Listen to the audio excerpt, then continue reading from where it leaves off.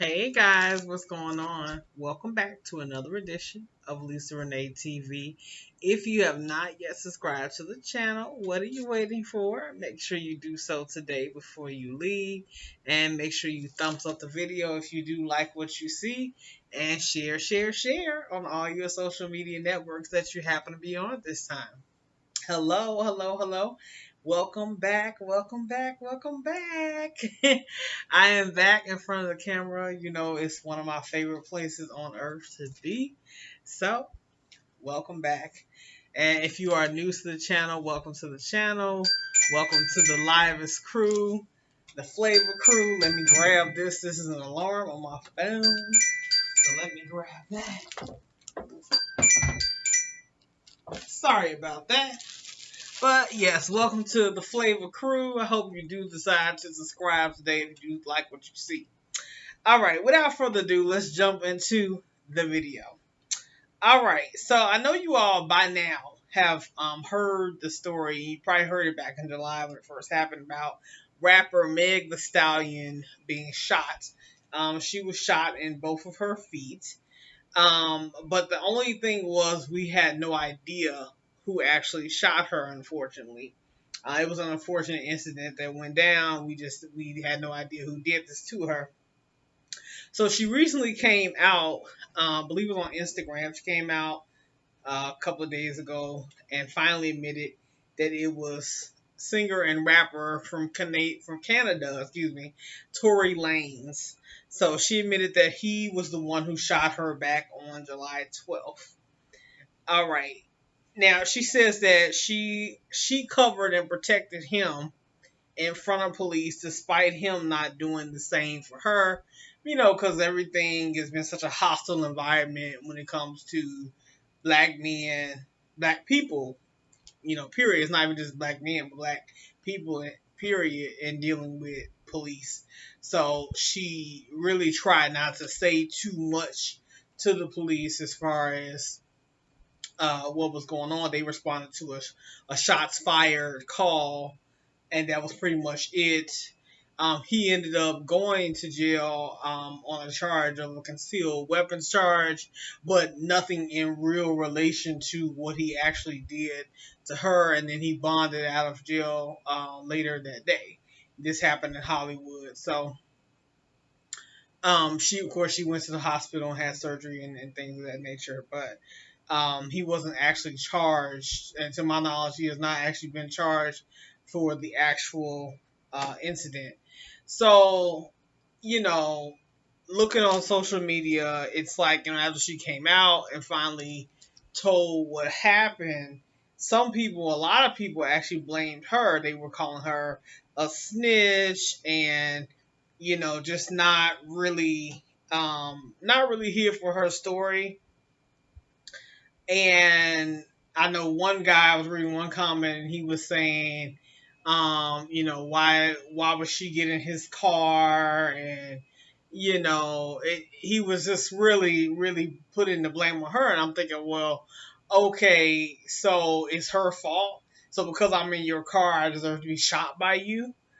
You know, like, seriously, even if you do have a gun in your car and I'm in your car and we got into an argument, you know, whatever the case may be, I don't think I deserve to be shot with that gun, you know, or stabbed with that knife, whatever it is, you know. So, you know, the question is, you know, why are black women so unprotected, especially by black men? It seems like, you know, that's realm of protection is not there. You know, that covering that is supposed to be there by our black men, it seems like it never has been there. You know, and I was looking at a lot of other YouTubers kind of saying the same thing. Like, you know, it's just, you know, black women have always stood up for black men, and even like with her being hurt and traumatized by this black man, she still stood in the gap for him and was like, okay, I'm gonna protect him. You know, I'm gonna make sure that he doesn't, you know, get gunned down out here by these, you know, white cops, you know, by these police officers, you know. And she put herself second, even. I mean, you just got shot by this guy and you still like protected him, which I thought was like, just amazing. She showed amazing restraint. It just was, it's beautiful, yet it's almost kind of like almost insane in a sense. You like the insanity that goes on within the black community, between the dynamics, the dynamics between a black man and a black woman when it comes to the respect that is given, the lack of protection that's given. So why is it that we hang our black women out to dry?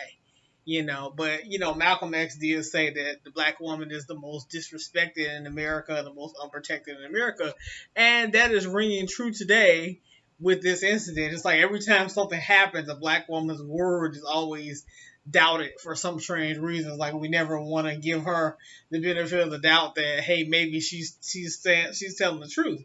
We always think maybe she's trying to bring him down in some kind of way. She's trying to get money out of him. She's trying to steal his status.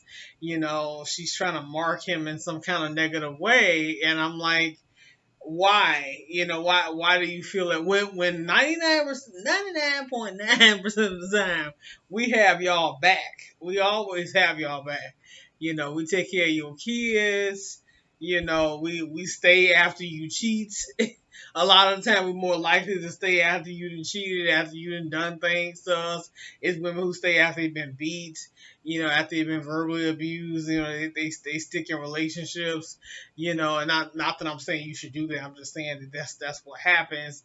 I mean, you put us through all kind of hell and high water, and yet we're there by your side. So I don't understand why we can't get some reciprocity here. So why was she called a snitch? Why did we question what black women say or blame them? I think it kind of goes back to the whole fast girl mentality. You know how we call little girls fast, like, oh, she's just fast. She's a bad girl. I think we have to get rid of that because I think it's toxic for the black community. You got to stop calling little girls fast. You got to stop saying boys be boys and letting little boys, do what they want to do, or looking at little boys like little boy babies or young men and saying, "Oh, he gonna be a heartbreaker. He gonna do this," because then he gets that in his mentality, and then he grows up to be a what? Be a player, a little playboy, breaking hearts. So you have to. Your words have weight. Your words can be, they can be victorious. They can build somebody up, or they can be really toxic, and they can tear down someone. So the words do have weight and they do have meaning. So we gotta stop with the whole fast girl mentality. Stop calling girls fast and get to the root of why is she fast? Why is she acting out? Why is she having behavioral problems? Because everything has a root to it. So it's not you can't just you know brush her off and say, "Oh, she's just a fast, bad girl." No, she's not. She's probably a hurt, abused girl. You know, maybe there's something going on at home. There's something going on, with her internally, with self-esteem issues, self-confidence issues, whatever it is. But whatever it is, you have to get to the root of it and pluck that root up, that toxic root up, and get it out of there so that she can bloom and grow into the person that she's supposed to be. So we got to get rid of that terminology, but that's what it kind of goes. Um, that's what it kind of goes back to, that fast girl mentality. We just don't look out for our girls the way we should. And I believe, lastly, I'm going to say we got to start attracting, we as women, we got to start attracting the better types of men, because I do believe that there are great, wonderful black men out there, despite like the doggish types or the types that are not going to protect you, not going to look out for you.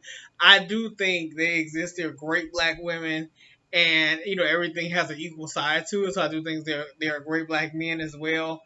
I think it's all about raising your vibration up I'm just really going to be real with you. It's about raising that vibration, and you raise your vibration up by doing meditation. I know I'm a strong advocate for meditation, but it's a real thing. I think if you have not tried it, it's something that I would recommend you trying. You definitely want to. You can start off as little as 5 to 10 minutes a day, just starting with raising that vibration. I think it's time to shift into the fifth dimension, 5D living. We were once 3D, and so now we're shifting into 5D. So I would say definitely spend some time kind of researching 3D living, 5D, you know, and kind of start with that meditation. Get into that meditation life. And you will notice a difference in what you attract. Even like, non-relational, it can just be having a better day at work. You'll notice like just how much clearer you feel. Wisdom is able to pour in. And then, pray for what you want. Pray for our community in general.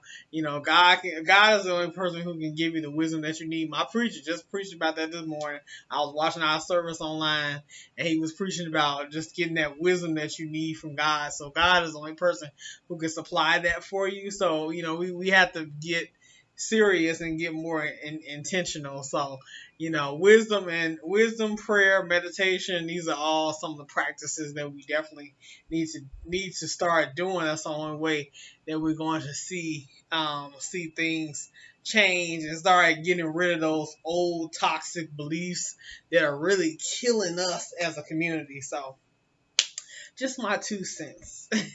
But anyway, I want to hear your 2 cents. I want to hear your thoughts. Definitely drop your comments below. What do you think about this whole Meg Thee Stallion situation? What do you think about us as a whole, as a black community, and some of the toxic views, opinions, things that we've been saying to each other or doing to each other? Like, do you believe that those things are toxic? Or, what are some ways that we can be more effective with growing as a community? I definitely want to hear your thoughts. Drop them below. Definitely like and share this video. And lastly, if you have not purchased my latest novel, Long Way to Love, of course it's still available on Amazon, and it's also on Barnes& Noble. I will drop the link for you below. Other than that, you guys have a beautiful rest of your Sunday, and you have a beautiful week. And I will talk to you later. Bye.